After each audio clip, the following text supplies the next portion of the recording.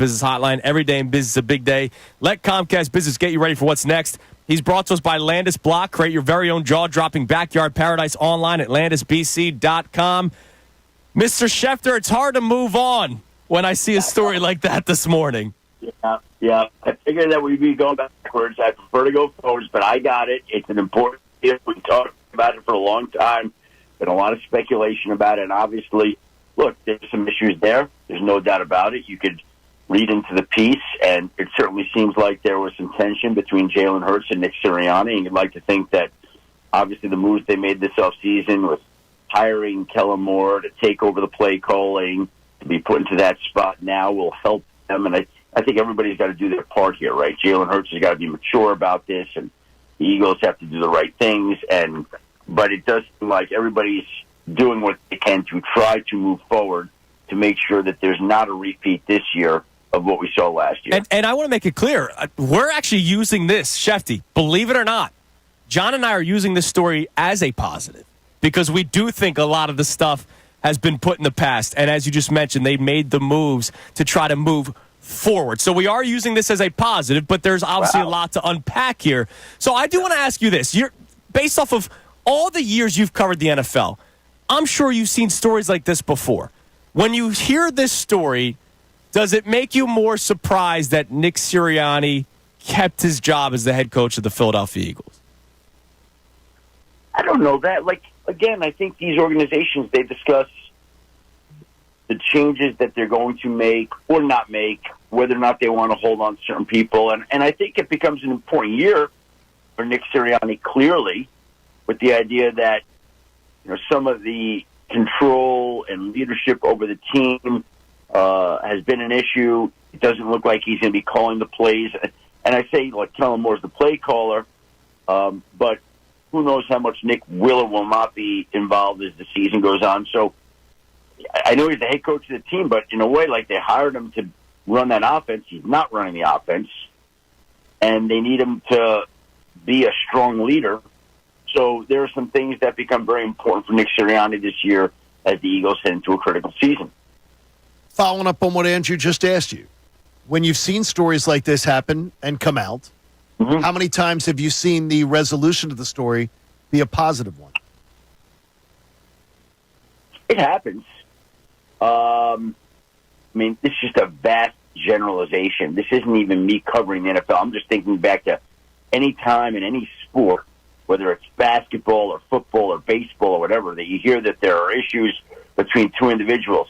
How often do those individuals, and we're just talking generically now, we're not talking about Philadelphia or football, but how often do those particular people get past that, grow from it, learn from it, and improve from it?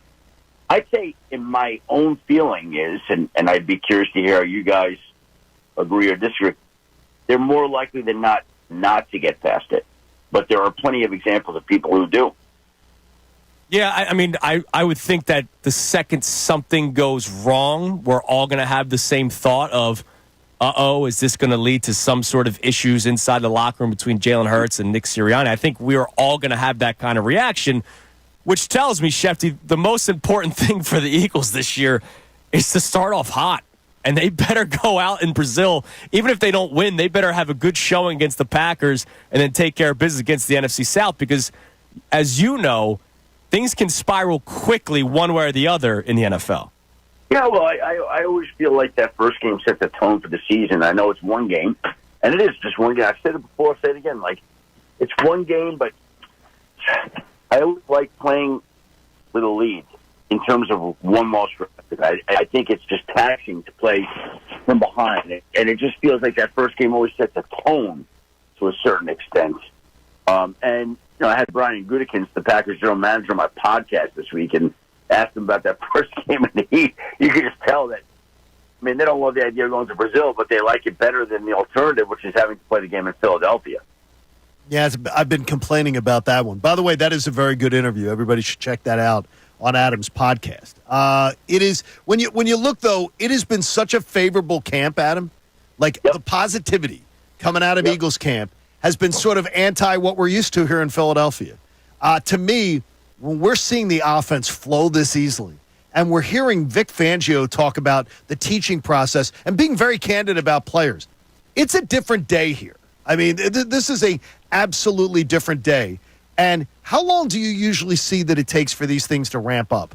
Is there usually a ramp-up process when you're talking about two veteran coordinators? Well, they know what they're doing. They've done this before. It's not new to them. So, to me, they're going to hit the ground running. I don't think that's going to be a surprise to anybody. Like, it's not like Vic Fangio stepping in and saying, now, okay, now how do I do this? Or Kellen Moore saying, how do I... That's not happening. I mean, they're stepping in, they're doing what they know. So that doesn't surprise me that you feel like the camp has been as positive as it is. What are they, like, they haven't lost a game yet. They haven't lost a player yet. Like, you know, everything should be good right now. That's not a surprise to me. We're speaking to Adam Schefter on the Comcast Business Hotline. Schefter, one of the other things we're taking away from the story, not just trying to use this as a positive that it looks like some stuff is left behind them, it also seems like both Jalen Hurts and Nick Sirianni can be to blame. It seems like we always have to pick a side when it comes to sports. I think they're both to blame. So from your reporting and from what you read in this story from Tim McManus and Jeremy Fowler, what is the biggest thing that Sirianni needs to work on, and what's the biggest thing that Jalen Hurts needs to work on so they can put all of this behind them? Well, I just think the communication between those two guys has to be important. Like that, you can make the argument those are two of the most, not make there, they are two of the most important people in that organization, right? If Jalen Hurts plays the way he did 2 years ago, the team's going to have a great year. They just are. And I think that Nick Sirianni needs to be there to support him. However that is, like, they may not have had an ideal relationship last year. I don't know what it takes. Like, in any relationship, you'd like to think that people figure out, make changes to work on things to make them better, particularly in a work environment. So, I don't know. To me, in any relationship, to your point, there are going to be two sides that deserve blame. They both get some. Now let's both grow up from it, learn from it, and get better from it this year. It's been another week, and there still seems to be turmoil in San Francisco and Dallas. Yeah. How big do you think the potential turmoil is, and do you think it's going to affect either of their chances to succeed this year? Well, there's no way it doesn't impact their team right now. I mean, there's just no way. Like, Dallas has all these unresolved issues contractually, and they're not getting solved anytime soon. Like, I think it would be an upset if Dak Prescott gets a deal done this season. That doesn't mean it can't happen, but it would be an upset. You'd have to say it's more likely than not that he won't. Like, why would he do that deal with Dallas? Unless Dallas stepped in and made him a crazy offer, which, based on the way that they've behaved in terms of aggressiveness, that doesn't seem like it's going to happen. So Dak's going to play this year as the last year of his contract, getting ready to become a free agent. The CD Lamb thing, look, these things change. You know, like 2 nights ago, to tie together the Niners and Brandon Ayuk, like, I was told on Monday night the Steelers are out. And then I'm told midday, the Steelers are back in. And these things change, right? All the time. And CD Lamb, I don't think that's gone real well lately, from what I understand. Now, the reason I bring up the Ayuk example is because I could get a call today. Hey, Dallas and CD Lamb, hammered out some things, and he's getting ready to sign here, and he's going to be back. Now, but again, I can tell you that as of yesterday, things hadn't gone great there lately. So that could change like that, snap of a finger. So I don't buy too much into that. The bottom line is it's August 7th. We're a couple of weeks into this. No CD Lamb. Not great. Particularly when Kellen Moore's gone from there, or he was in charge of it. But they did change up their offensive coordinator stuff a little bit here. They're working on the play calling. You want to have all your guys there. Not great. All these guys in an unsettled situation. Every coach in the last year of his contract. Backfield in the last year of their contract. Trying to break into new offense. You want your guys there. He's not there. So that's not great. And San Francisco, the left tackle not being there, Trent Williams, that to me, that's fine. No issue there. Like, that guy doesn't need to beat up his body. Don't love Christian McCaffrey with a calf. The Brandon Ayuk thing, that's a mess. I mean, that guy is looking for, everything he get, as he should be, a player. And we'll see how that works out. But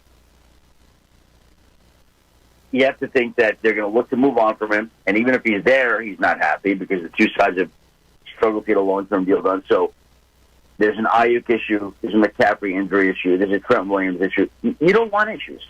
You want a nice, quiet, peaceful camp. That's it. That's it. Absolutely. And it has been, for the most part, here in Philadelphia, which is awesome. Schefter, Nick Sirianni, speaking of the head coach, he speaks today at 9:40, and we're assuming we'll get an answer on whether or not the Eagles will have starters play in the preseason. Their first game is this Friday against Baltimore. Yeah. Have you seen over the years, because obviously preseason has not been played as much from some of the starters, have you seen any sort of correlation between successful teams and whether or not they play in the preseason, or healthy teams, whether or not they play in the preseason? Or is this just something that an organization believes in and that's what they're going to do? I've covered the sport 35 years. I've seen it done all different ways. I do not believe there is a right or wrong answer to that. It's just, I've seen teams that haven't played anybody, like the Rams that one year didn't play anybody in the preseason. They won the Super Bowl.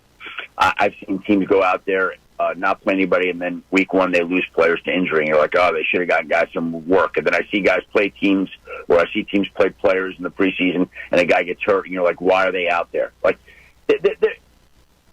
in all honesty, the media's just going to look to just say, okay, well, they didn't play their guys, and then they got hurt, they made a mistake, or they played their guys and they got hurt. I don't like, my own feeling watching it is, I like limited preseason exposure. Limited, very limited. I'd err to the side of caution. That's me, but I've never coached a football team before. Just, that's me watching the sport 35 years, forming my own opinion. I would have my guys out there very little. Like, I'd have them out there maybe for a drive. They scored the touchdown, they're on the bench. And even then, I'd be holding my breath during that entire drive. I've asked you this before a couple weeks ago. I'm going to ask you again. Now that we're really into camp, is there any team whose opinion that you had of them going into the sort of preseason and training camps and everything that maybe has shifted a little bit in the positive way or the negative way by what you've heard, seen, or otherwise? Well, I've only been to 2 camps so far, and I've seen 3 teams. I was at the Jets camp over the weekend. I went to the Giants-Lions boxing match yesterday. So it's not going to change very much. I'm not going to hear or see much that's going to say, oh. But, again, I think you're just looking for vibes, right? Like, the 49ers vibes right now to me are not great. They're not great. The Cowboys vibes to me right now are not great. I haven't stepped foot in either camp. Maybe the people there would say, no, you're wrong. The vibes here are great. But, again, to me, you're just looking for little things in the preseason. Like, you want your players to stay healthy. You don't want there to be any issues. You want to have a nice, quiet camp. The best kind. If you can do that, then camp's going the way it should be for your team. Shefty, you're the man. We appreciate it. I hope you're proud of us for turning this story into a positive. We did. I am. I'm very proud of you. And obviously, we're trying to move on to the new year. We kept getting dragged back to the last year. I understand in this case why we did.